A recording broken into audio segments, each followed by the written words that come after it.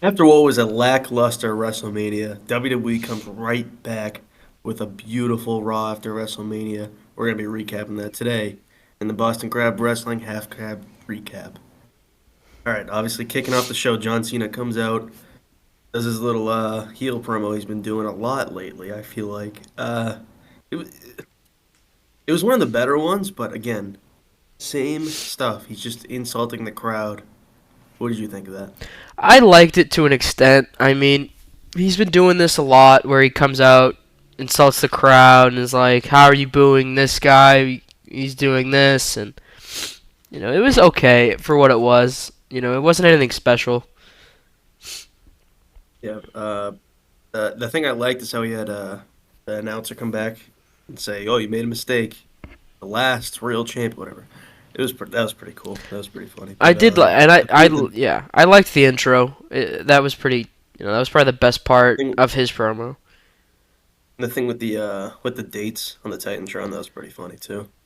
Yeah, that was cool. It's just I didn't it's realize how just many times he'd shown up this year. I thought it was way less than oh that. yeah, what a waste. Yeah. And it's just there's just something about this character that's just not believable at all. Even The Rock said it today that people aren't believing it. It's true. People are not buying this. It's just so far fetched to a point where it's just like it's funny. That's what it's going for. It totally feels like it's going for. I think just for how long he was who he was, to then come back and say I hated it and faked it for that whole 20-year period, it just makes no sense. Like, this heel turn could have been magic had they just taken a different angle with this character. Like, if they had made him like Roman Reigns as the tribal chief, where he just is like, I earned this. I'm in God mode now. No one can beat me. I'm untouchable. If that Should was have the been case, anti-hero. right? I don't know. I just feel like him hating wrestling and wrestling fans out of kind of nowhere is pretty lackluster. It's just not believable, and especially when he's parading around Las Vegas as a DJ, telling everybody to have a good time. It's still doing meet and greets. He's still doing meet and greets. Yeah, like Uh, it just makes no sense. Yeah, I'm But not. Yeah. we're gonna move on to the part that actually saved this segment completely. Well, it wasn't a terrible segment, but made this the special segment that it was Randy Orton coming out from the underneath the ring, sneaking up behind him. You can just see the top of his head for a split second before he hits the RKO. John Cena says shit, and he's knocked out cold. Unbelievable. I mean, what a moment! What a moment! We are. I figured this match was gonna happen at some point just because of their rivalry in the past. But I mean, to set up a world championship match between Randy Orton and John Cena, where Randy Orton is the good guy and John Cena is the bad guy. I mean, I never in my life thought I would see it, and I cannot wait. We're gonna be moving on to the next thing was we're gonna lump up together a lot of things here, but the next thing was the women's tag match, which again Liv Morgan and Raquel won back their titles the day after losing them. A little weird, but it set up the Becky Lynch heel turn on Lyra Valkyria, which it's whatever. It's fine. It wasn't bad. It was just so predictable. Like, her coming out at WrestleMania was cool, but predictable.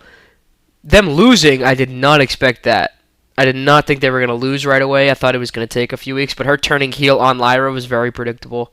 Again, it was a somewhat cool moment, but it was just on all. It was okay. It was predictable, but I did enjoy it. Obviously, next after that, in terms of importance, was Rusev coming out to destroy American Alpha for whatever reason. I mean, Rusev looked like $1 million, but again, he's interfering with the most random tag team match of all time, and his song is, what even is that? So it's just weird. Yeah, it was kind of strange. I think they just kind of wanted him to come back and beat up like fan favorites who weren't necessarily at the top of the card, like some people who could get beat up and still be okay character wise. It was weird that he came out in the middle of a tag team match, but returns like that with Triple H have happened in the past. Like, I'm pretty sure Braun Strowman came back during a tag team match, just like a random match. But I will Yeah, say I was kind of disappointed with this.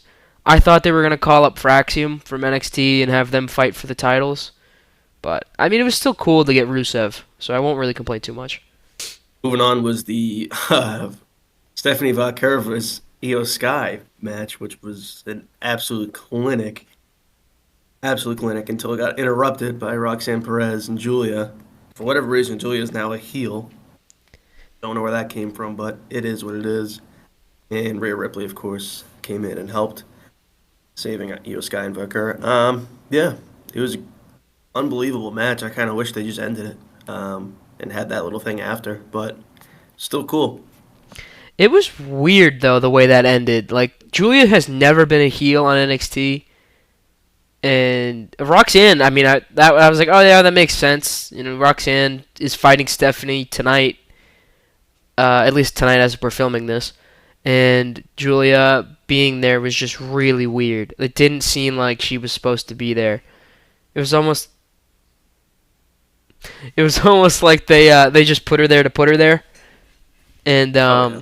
Rhea Ripley picking up the title again, man. It's like they don't learn from their mistakes. Just let her do something else. You know what I mean? Like I can't watch her fight for the title anymore. I really can't. It's so I, boring. I think Bianca's gonna drag her out of that world title picture for now. Hopefully. Moving on was Gunther, who choked out Pat McAfee for his comments at WrestleMania, also hitting Michael Cole. That was awesome. That was really cool. McAfee's little click jump in the barricade help, dude. They made that look believable. I really thought Pat McAfee was done. Pat McAfee And looked yeah, he was like gray after that sleeper. He looked oh like he yeah, died. And then his crew, his little gang of guys there fighting through the security trying to get at him. Michael Cole hiding in a corner, I think. That was a yeah. great segment. It made Gunther still look like a badass even after he tapped out. He's like, yeah, he's not going to take shit from anybody. All right, moving on was the Intercontinental Championship defense from Dom Mysterio, which obviously brought in the return of JD McDonough after that nasty injury he had a couple. What was that, like over 2 months now? It's closer to 3, I think. Punctured it. I think it was in January, wasn't it? Yeah, he punctured his lung in a crazy spot in Raw and hasn't been seen since January, clearly, and made the save for Dom, which kind of brought the Judgment Day back together after we thought they were going to split up for a second there. But it was a good match, I guess. But Yeah, standard I stuff. mean, I have no complaints with it. It was good. Dom gets his defense. JD McDonough comes back. You know, it was okay. I just think that Balor still being a part of the Judgment Day, even though he got pinned by Dom at Mania, it just doesn't. It was a little weird. I hope they do the breakup sometime soon. If this spills into like takes until SummerSlam. SummerSlam or something like that, they're Yeah, doing no, they're doing they too need much. to. They should have split up like last year at SummerSlam, Yeah. and now this year later, they're dragging it heavy. Oh yeah. It's crazy. All right. And finally, the I this was something I really enjoyed personally. I think everyone did too. But Seth Rollins makes his first appearance after teaming with Paul Heyman at WrestleMania 41. And again, CM Punk and Roman Reigns come out because they're pissed off, and Roman Reigns himself gets taken out by a hooded man, and it was not somebody in the bloodline for once. It was Braun Breaker delivering one of the most nasty spears I've ever seen. It was incredible. And yeah, Braun Breaker is a Paul Heyman guy, along with Seth Rollins. What a world we are living in. What a segment. I mean, this was probably the best segment of the night.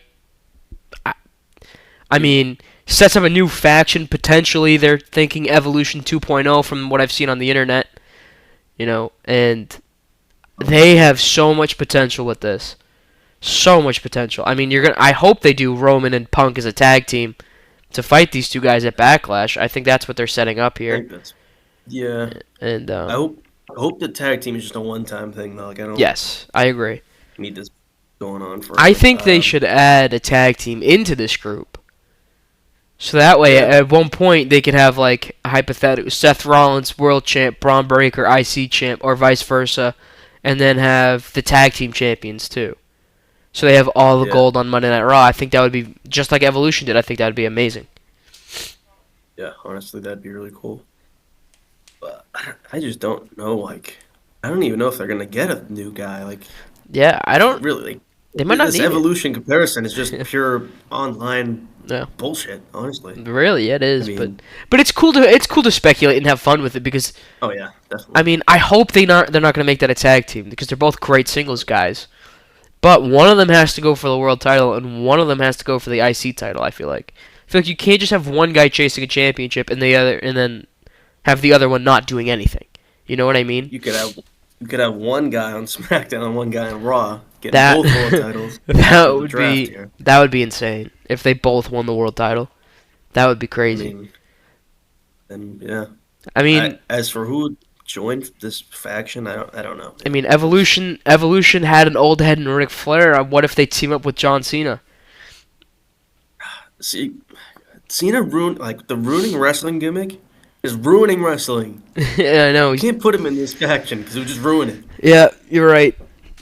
You're right. If Cena wasn't trying to actively suck and ruin everything, he could be put into this faction and it would be amazing. And he's Sick. a good But heel. But um, no, they have to have him be like, oh, we're gonna make it suck on purpose as the gimmick, which is so stupid. I think you should add Mello as like the Yep, young guy to compete with Braun Breaker. absolutely. And as for a veteran, I don't even know, man. It's like I don't even know who really is who do you available throw like in? that. Yeah, I don't. Someone has to be like older than Seth Rollins, pretty much. I don't know. Which I don't really know if there's any besides like Yeah, Cena, Punk, Orton, Sheamus maybe, but I feel like Sheamus wouldn't feel right. that wouldn't feel right at all. Sheamus doesn't stand for that crap. Yeah. Kidding me? I was just saying he's older than Rollins, so I don't know. Yeah, I don't. I mean, yeah. Maybe Paul Heyman is supposed to be the old guy in this situation. You know He what I could mean? be, yeah, Yeah. So I think Mello would be the best choice. absolutely. He needs to move away from the Miz. Oh yeah. Maybe even a Jacob Fatu, but he's Paul Heyman's already been with the Bloodline long. He I don't think uh, Paul Heyman likes Jacob Fatu after he got put through a table. put a bow on it. Raw after WrestleMania was better than WrestleMania. Is this the first time we've ever had this? I think it is. I think it might be. It's definitely close. Man, it's just I don't know. just a set. Probably the Raw that was after what WrestleMania was it? The one that was in Dallas? Not 38. The one before that. Was it 33 or 32? 32. 32. The Raw after WrestleMania that. 32. That Mania Oh yeah. sucked. That Mania sucked. That Raw was decent too, but I, I don't know. The way this Mania ended and then this Raw needed to be that great. I said It it felt it that felt like a stark difference in writing. it did. It It felt like like they weren't trying to suck. Like it's like they finally put seasoning on their food. That's what it it no, felt like like. I don't understand how the defense for the WrestleMania being bad was they were trying to make it suck. But then they go and have this Raw that was incredible. Yeah, these idiot. I'm gonna say it, these idiots online are saying that it was bad. They're acknowledging that it was bad. They're acknowledging it wasn't Right. entertaining, so they find that entertaining. What are you talking about, It man? makes no sense. And then if they had like we're trying to make it bad, but you can't if that's the case, then everything has to be bad. Do you know what I'm saying? You can't have anything be good. Like nothing can be good. Makes no like it's just such a stupid premise. Yeah, like And- every producer of a show and movie should just say, "Oh yeah, I'm gonna ruin Hollywood. So Yeah, here's this movie. Enjoy it." it's bad on purpose. I'm telling you. And it's just Travis Scott walking for 4 hours straight. And The Rock going on Pat McAfee to talk about nothing. We're going off topic here. That is going to do it for our half crab recap of Raw after WrestleMania. A fantastic show. Thanks for watching. See ya.